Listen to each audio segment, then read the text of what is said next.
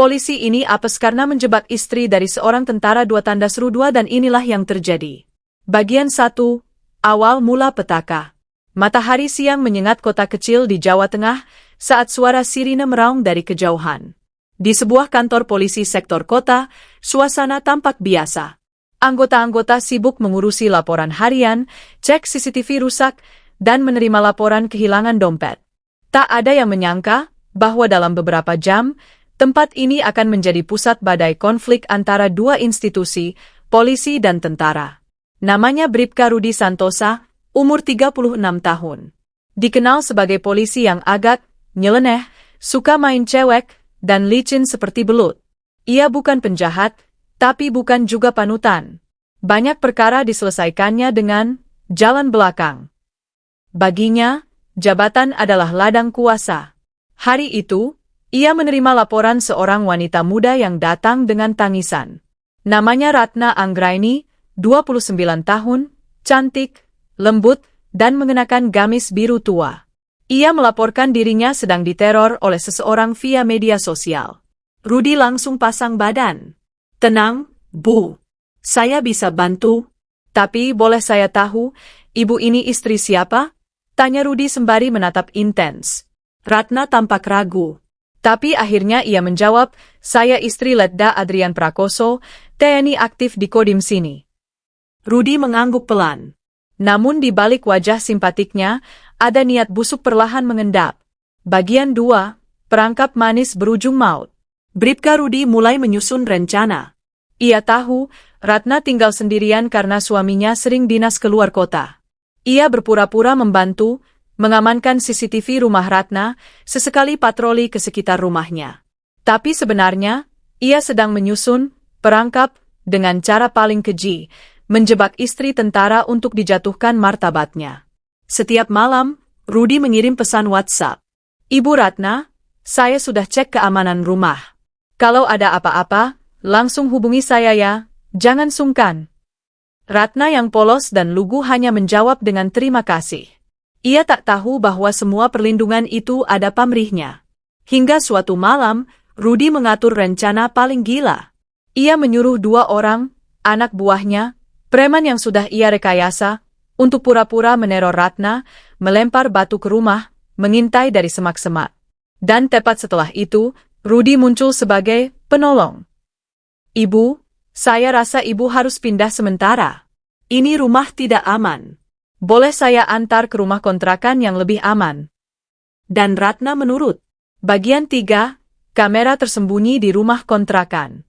Rumah kontrakan itu ternyata milik Rudi sendiri. Tanpa sepengetahuan Ratna, ia telah menaruh kamera tersembunyi di beberapa sudut, ruang tamu, dapur, hingga kamar tidur. Setiap gerakan Ratna direkam. Setiap tangisnya saat malam hari menjadi hiburan bagi Rudi dan komplotannya. Bahkan pada malam tertentu, saat Ratna mengganti baju, Rudi merekamnya diam-diam dan tertawa jahat dari kejauhan. Kalau ini bocor, bisa rame. Tapi tenang, sabar. Nanti juga dia takluk, gumam Rudi. Namun semua itu berubah pada malam keempat. Saat Ratna menyadari kamera kecil yang terpasang di lampu meja. Seketika ia panik. Ia telepon suaminya. Dan hanya dalam waktu 2 jam, suara deru mobil dinas terdengar dari luar. Bagian 4, Letda Adrian pulang dan murka. Letda Adrian Prakoso, tinggi besar, wajah keras, dan mata seperti elang. Ia tiba di rumah kontrakan dengan 10 anggota dari Kodim. Tak banyak kata. Bribka Rudi yang sedang tidur di pos polisi, dibangunkan dengan keras oleh rekan-rekannya. Rud, lo dibutuhin sama TNI di luar. Rudi keluar, masih mengenakan sandal jepit dan kaos oblong. Dan di depan pintu kantor polisi, berdiri Adrian. Wajahnya dingin. Di tangannya ada flash disk hitam, berisi semua rekaman kamera tersembunyi. Kamu senang main kamera ya, Rudi? Suara Adrian tajam. Rudi tercekat. Ia mencoba menyanggah, tapi tangannya langsung diborgol oleh polisi militer yang ikut serta. Semua anggota polsek terdiam. Mereka tahu, kali ini Rudi kelewat batas. Bagian 5, interogasi tentara, di mana keadilan? Rudi dibawa ke ruang interogasi Kodim. Bukan ruangan penyiksaan, Tapi cukup membuat seorang polisi seperti Rudy menangis ketakutan. Di hadapannya, Letda Adrian membuka layar laptop. Memutar rekaman saat Ratna menangis, saat ia digoda dengan kata-kata menjijikkan, dan saat ia hampir diperkosa oleh Rudy di malam keempat. Beruntung Ratna menolak dan mengunci pintu. "Kamu sadar siapa yang kamu jebat? Hah? Itu istri saya. Istri tentara aktif. Dan kamu rekam?" Rudy hanya bisa menangis. Statusnya sebagai aparat hukum runtuh. Ia tak lagi punya harga diri.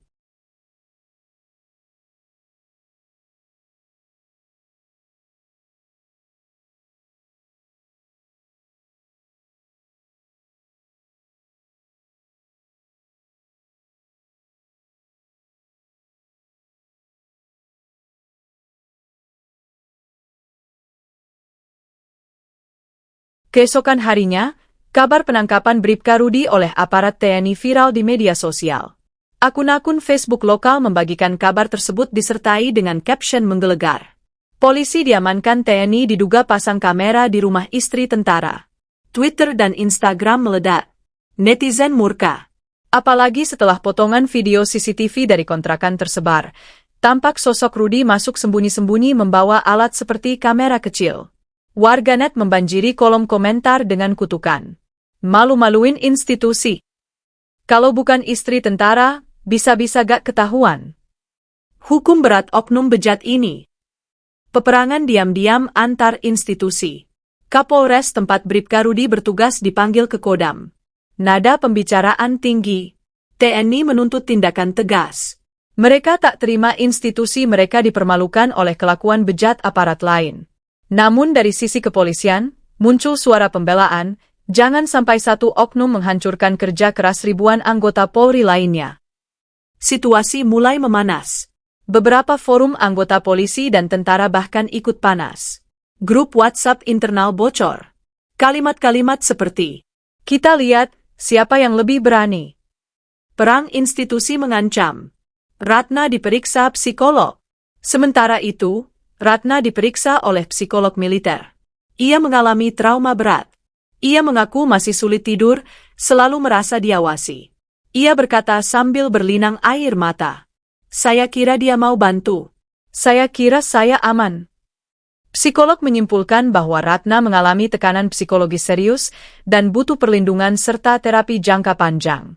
Letda Adrian bersumpah, istrinya tidak akan disentuh dunia luar selama proses hukum berlangsung. Sidang etik Polri dimulai. Sidang etik internal kepolisian digelar tertutup. Rudy dihadirkan dalam seragam tahanan, wajah tertunduk, tanpa didampingi pengacara karena statusnya baru etik internal. Ketua sidang membacakan pasal.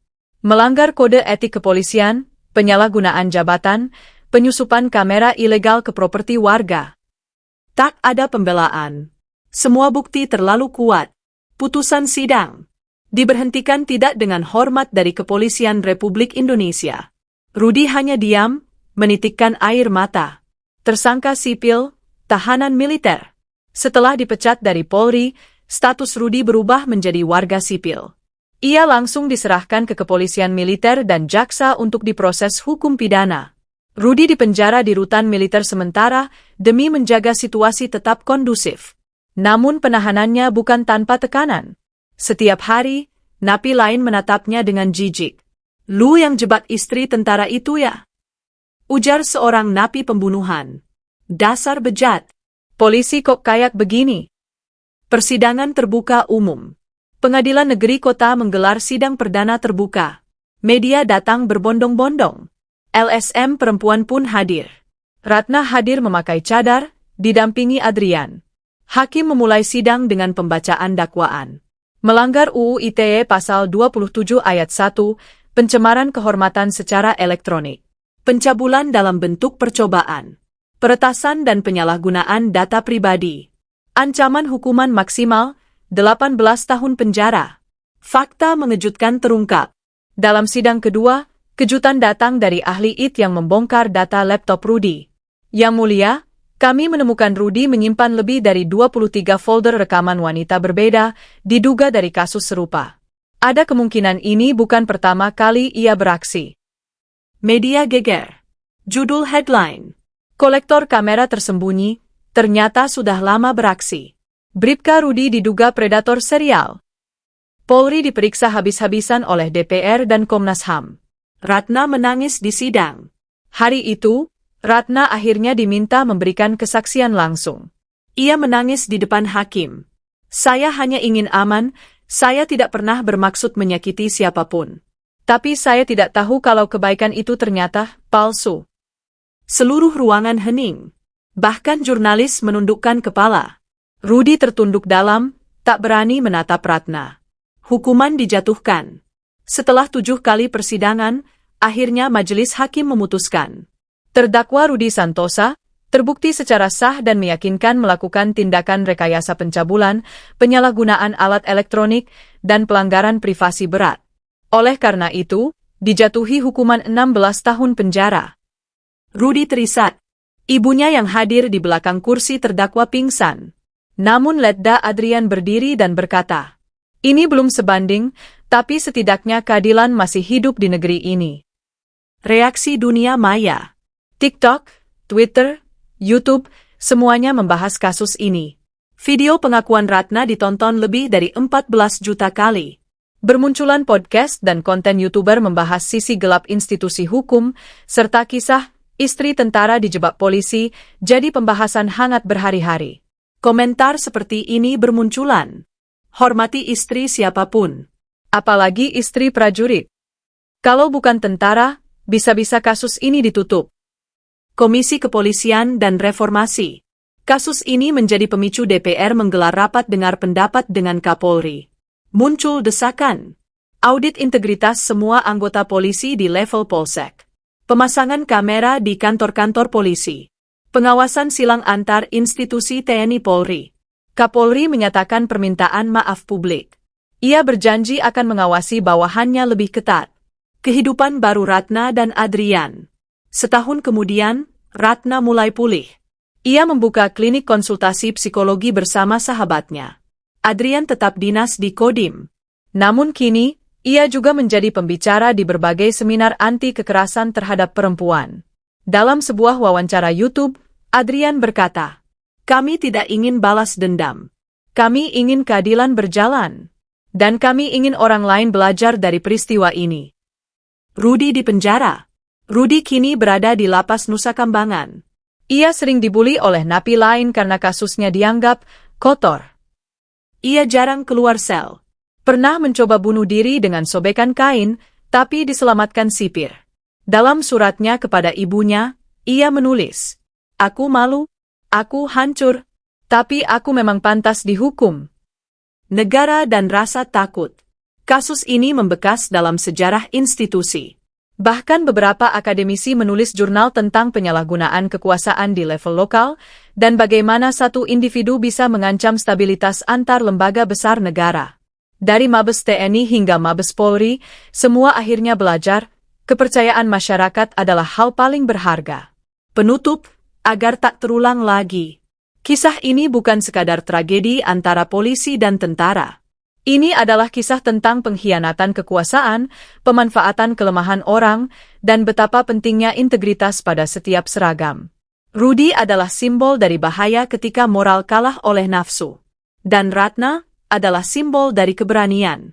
Keberanian untuk melawan meski dirinya lemah.